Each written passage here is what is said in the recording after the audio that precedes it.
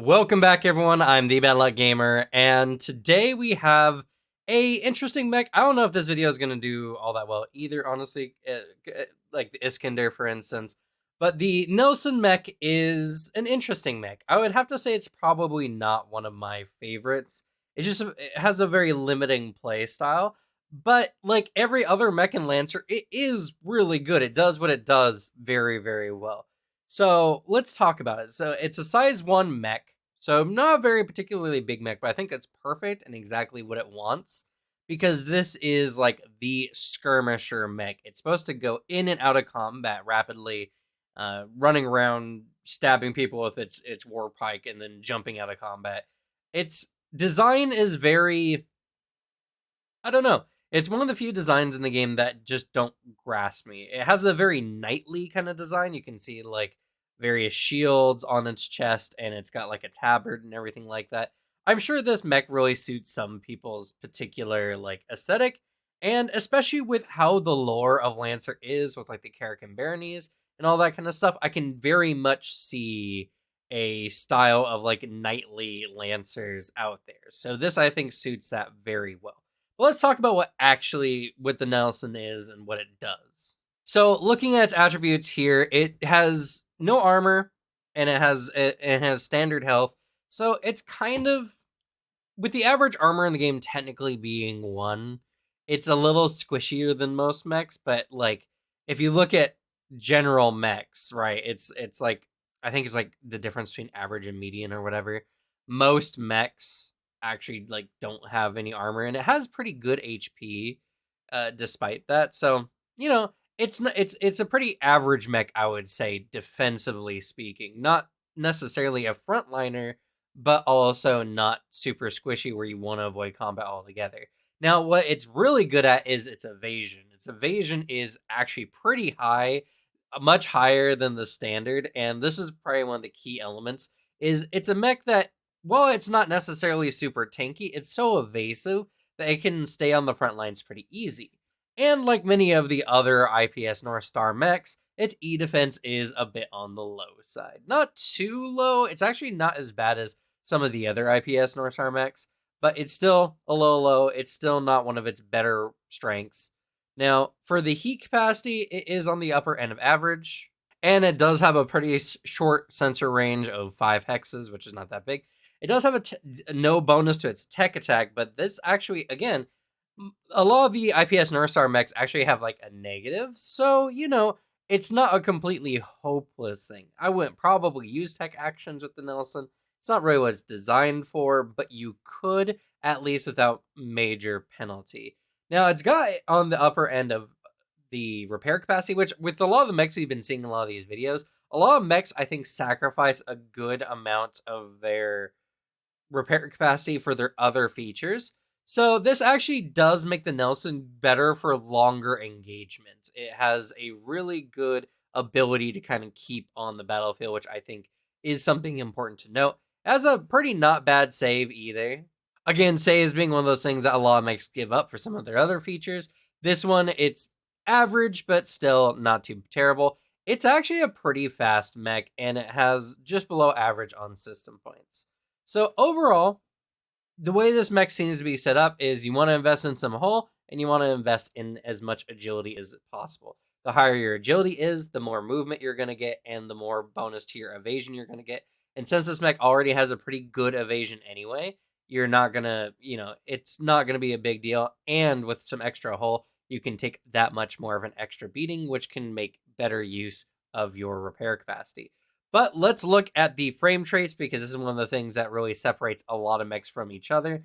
And momentum is really good. Once per round after you boost, your next melee attack deals a d6 plus bonus damage on hit. That's really good. That's really, really good. The only problem with momentum, and one of the reasons why I'm not a very big fan of the Nelson in general, is you need to boost to get the benefit, which means you need to expend one of your quick actions to get this benefit, which makes a lot of your turns, maneuvering yourself to get into position to boost to add damage to a skirmish. That's kind of the normal cycle. Now with overcharge and it's not bad heat capacity, there's definitely more things you could do like on that front. But the thing that I struggle with is it's very linear. Now, I would say that because of this though, the Nelson's actually a really good starter mech. If you're just getting into the game and you really don't know what kind of playstyle you want to do and you want to play like something offensive, the Nelson's really good because its main strategy is very straightforward and it doesn't require a lot of thought, and there's actually not a lot of ways to punish it, especially with Skirmisher. So Skirmisher here, oh, my head's kind of blocking it a little bit. So the Skirmisher trait's actually also really, really good. And there's a whole talent that does pretty much the same thing. So the fact that it's baked into the mech frame is actually really cool. So it says, after attacking, you can immediately move one space in any direction as long as it isn't immobilized or slowed. This is really good because it also ignores engagement and doesn't provoke reactions. Now, I will make a special mention. The Nelson, while predominantly focusing on melee attacks, this feature right here, Skirmisher, it just says after attacking, period. It does not state what kind of attack, melee attack or the like. So, Skirmisher could be used for a potential ranged Nelson build if you're planning on keeping, distance and shooting enemies. Now, it's only one space, which is not a lot of movement, but when you consider that it's on top of what you already move and you might be boosting, it's actually not that bad. It lets you get out of engagement real easy so that you can, for instance, start your round, boost into the enemy, attack them, back out, and then move away. And that's kind of, I think, the intended design behind Skirmisher. And with the weapon mounts we have here, so it's a flex mount and a main aux mount, which main aux is still, I think, actually not half bad mount. Better than just a pure main mount, for instance. And a flex mount is probably one of the better mounts in the game. And I'm actually not too upset with this one because the thing with the Nelson is, it like having more than one weapon mount really is not a big benefit because on your turn, most of the time, you're just going to be using your boost action and a skirmish.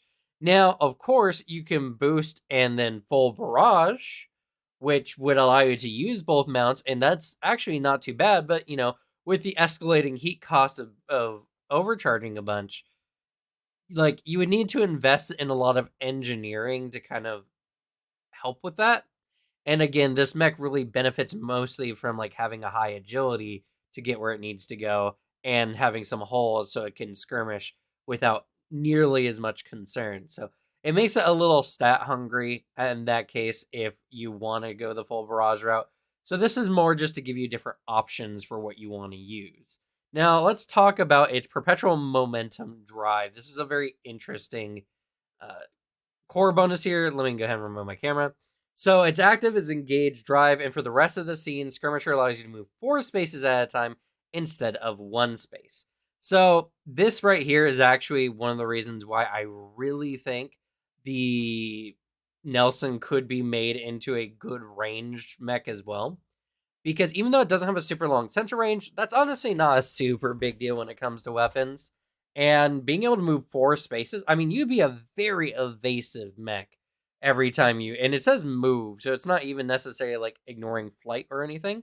So that being the case, I do think that the Nelson has some potential for different unique playstyles, but one of the biggest playstyles, of course, is going to be its, run around, bash into the enemy, do some damage, hop out, maybe run away, whatever order. It's like one of your actions is almost completely dedicated to the boost action, which is kind of why, like, for me, it's not a mech style that I particularly like. But if you want to do high damage, it's actually a pretty good mech for that. Let's look at the license to see what else we can add to the Nelson, though. All right, starting off a weapon, which I absolutely love when there's ever a weapon in the first rank of a license, we have the War Pike. Now, it is a threat 3, so it's a pretty sizable range. And that's kind of one of the cool things, I think, with the Nelson to keep in mind, is a reach weapon, like the War Pike here, is really good because you just need to boost up to your range, strike the enemy, and back out. And that forces an enemy to move, potentially a substantial amount. And if your first action was to, boost into the enemy and then run away after you jump out of range, you might force a mech to have to boost to get up to you, which prevents full barrage. There's a lot of good ways that the Warpike can be utilized within Nelson's kit, which obviously is why it's here. Now, it does a d6 kinetic damage, but with the boost bonus, this does potentially 2d6 damage, which is actually pretty good for a main melee weapon. One of the cool features as well is it has knockback 1. This gives the Nelson a benefit of being able to reposition enemies by, dashing into them, shoving them with the Warpike, and then leaping out and doing whatever. Now, I also really like the Warpike because it has thrown 5. 5 hexes, you can throw the Warpike to do the damage. Now, obviously, it's not a melee attack at that point, so it wouldn't get the benefit of boosting or anything like that. But the really cool thing you could do, you can skirmish, overcharge, and then skirmish again.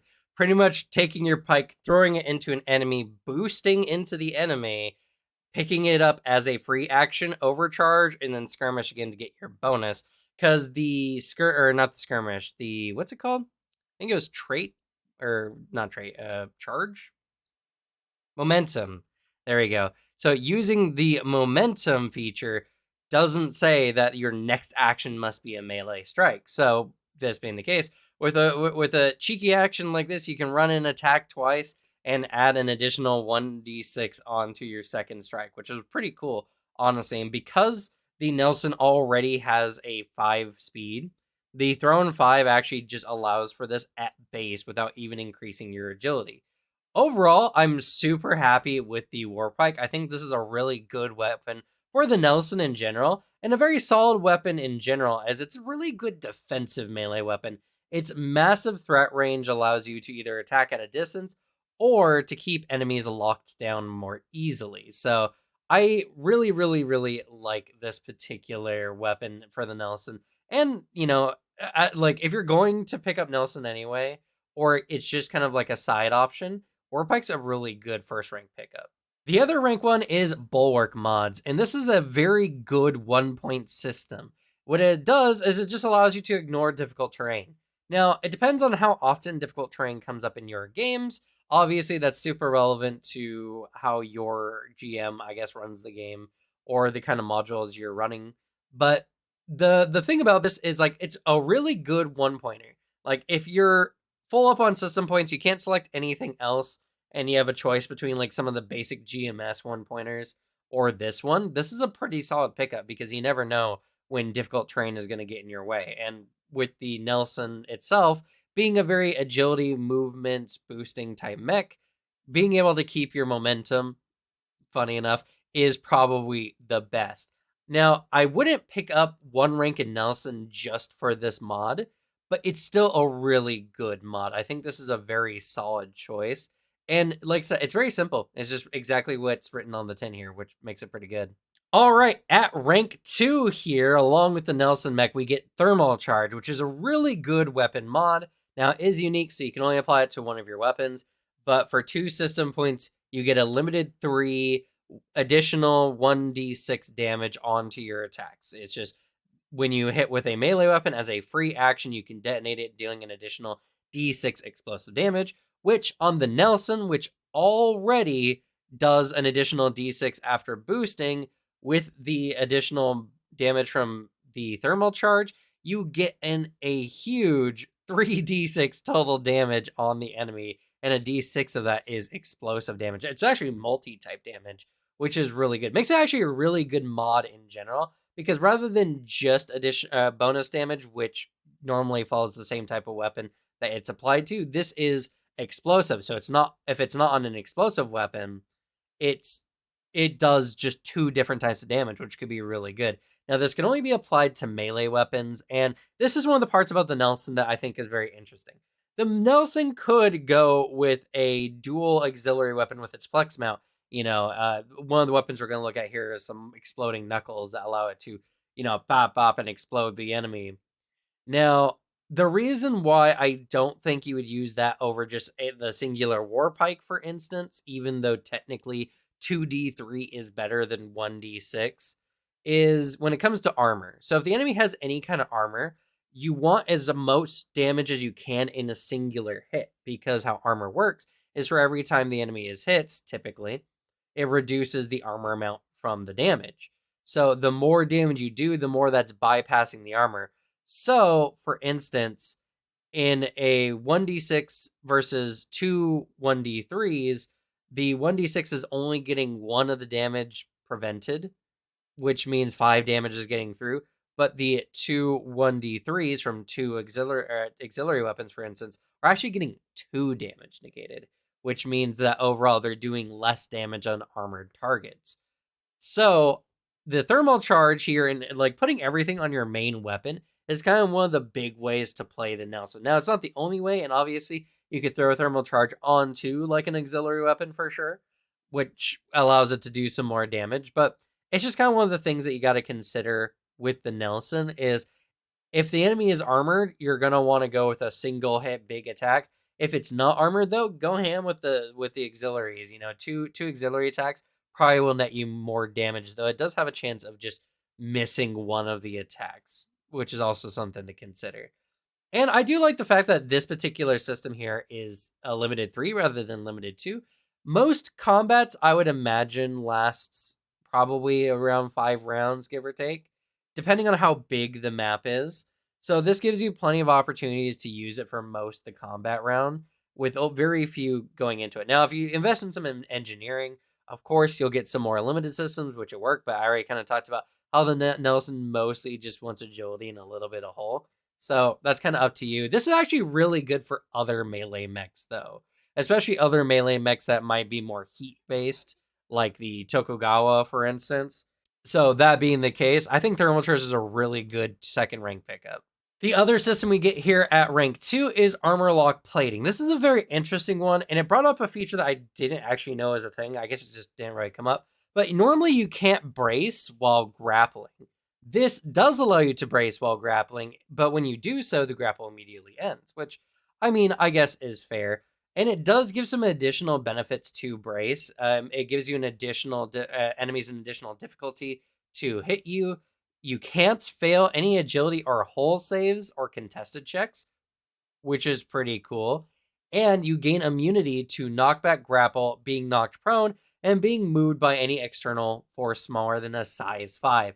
Considering a size 4 is like a fight craft, like a large fight craft, size 5 is massive. So you're pretty much unmovable at this point. Now, it's only when you're bracing, so that's something to keep in consideration. Bracing is one of those actions that you pretty much sacrifice your next turn to avoid a major negative event.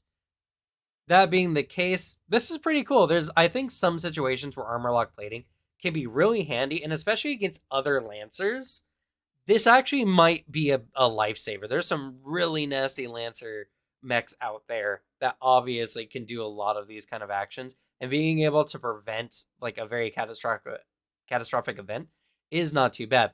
The 2 heats itself does make it a bit more of a cost. Like, not only are you bracing, which is not a super great action, but as a part of bracing, you are taking additional heats. But I do think this does have a place, and it's only one system point. And so similar to the other system, what was it called? The Bulwark Mod.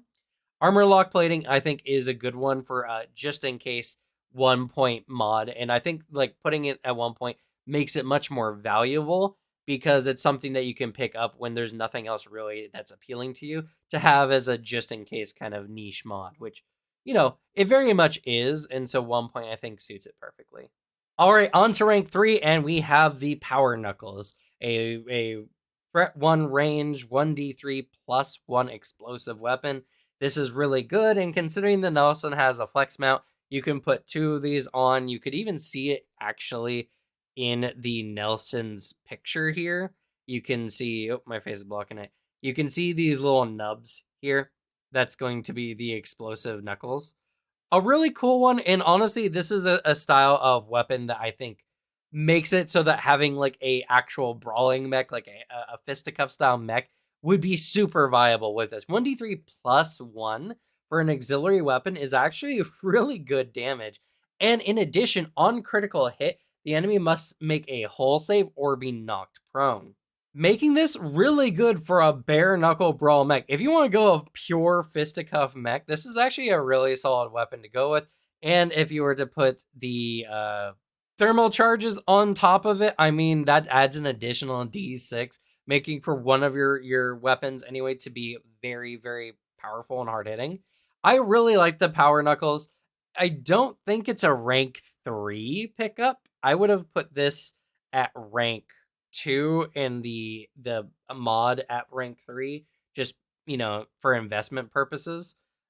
Granted, don't get me wrong, I like the fact that the thermal charge is at rank 2. That's, if that's what you're looking for, then it's not as much of a dive into Nelson for a mech that you might not want to use.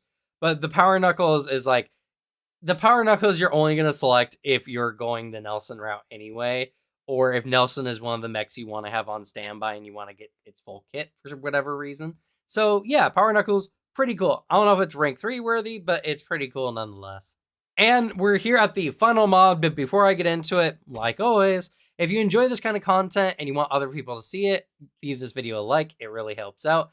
And of course, subscribe, because I do 1 to 2 Lancer videos every week. This will be the second one this week, and I'm going to be covering all of the mechs as well as some other types of videos as well. So if you want one of the few channels out there doing Lancer content on your subscriber list, well, that's probably one of the channels you want to have subscribed to. But let's go ahead and talk about the Ramjet. Now, this is a 3-point system that you need 3 ranks to get into, and I'm very mixed on how I feel about this one. So you activate the Ramjet as a protocol, which is pretty cool. You don't have to spend any actions. And until the start of your next turn, you can move 2 additional spaces whenever you boost, and your melee attacks automatically gain knockback 2.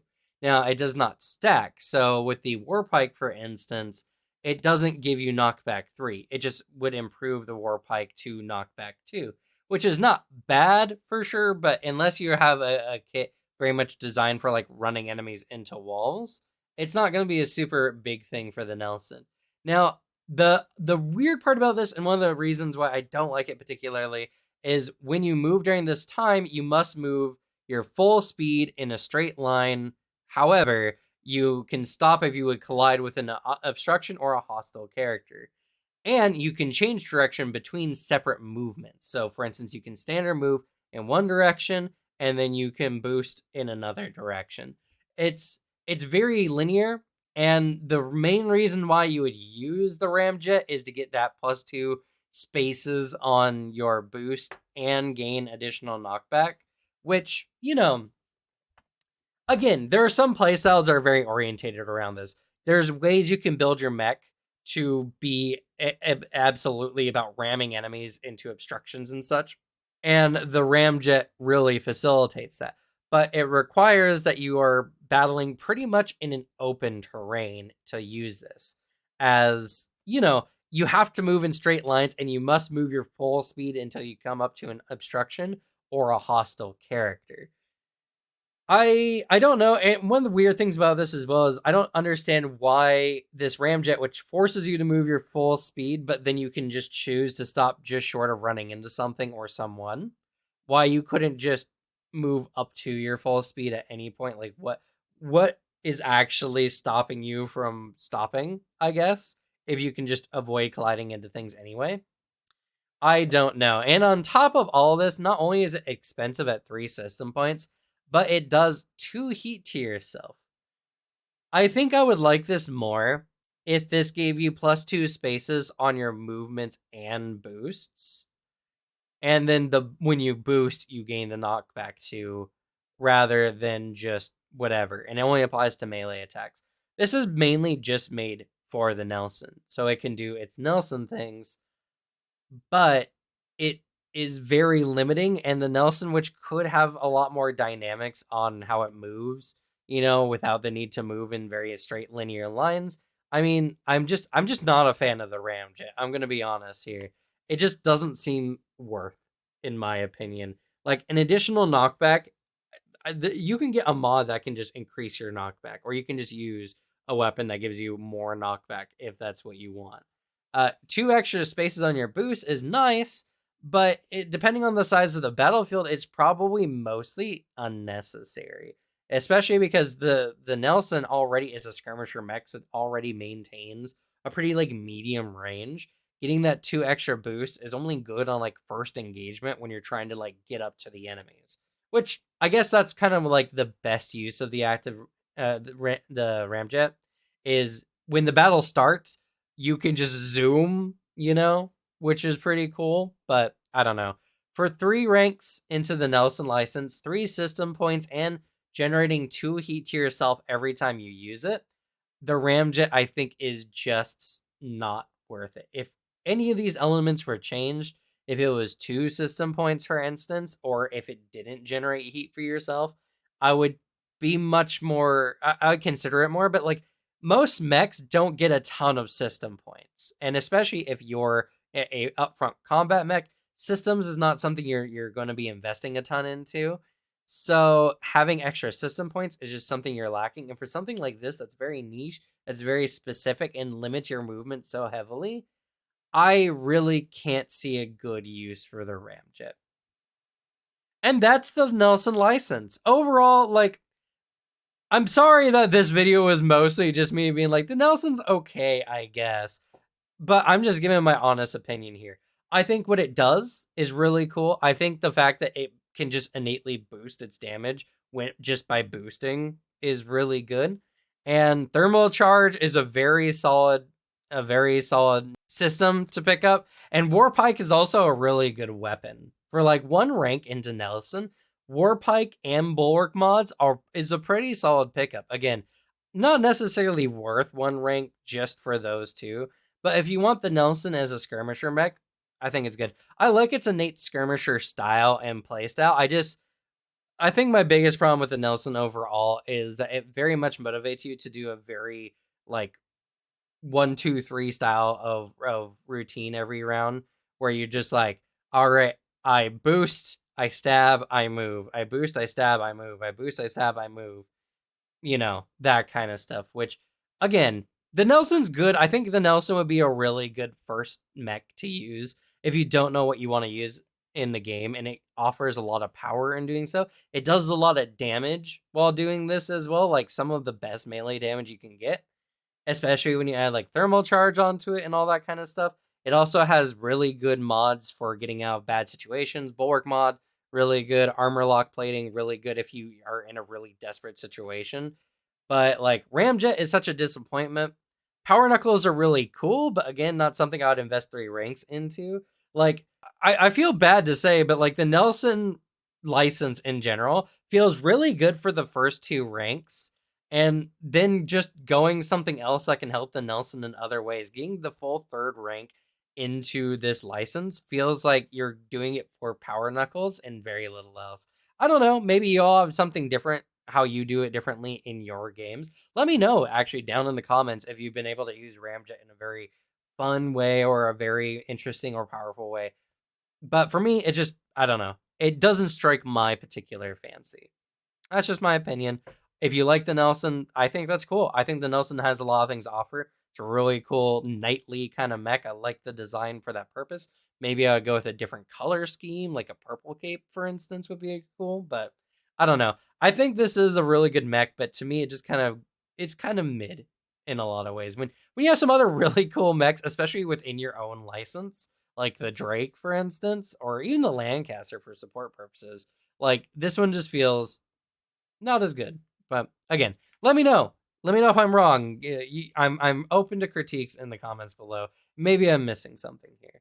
But that's going to be it for this video. Next video, which is going to be next Monday or Tuesday, we're going to be talking about the Metal Mark, which is really cool. One of the assassin frames. I'm very excited to talk about the Metal Mark. I think this one's going to be a really, really good one. But that's going to be it for me. Thank you all so much for watching. Good luck with your games. Leave the bad luck to me. And I'll see y'all next time. Bye.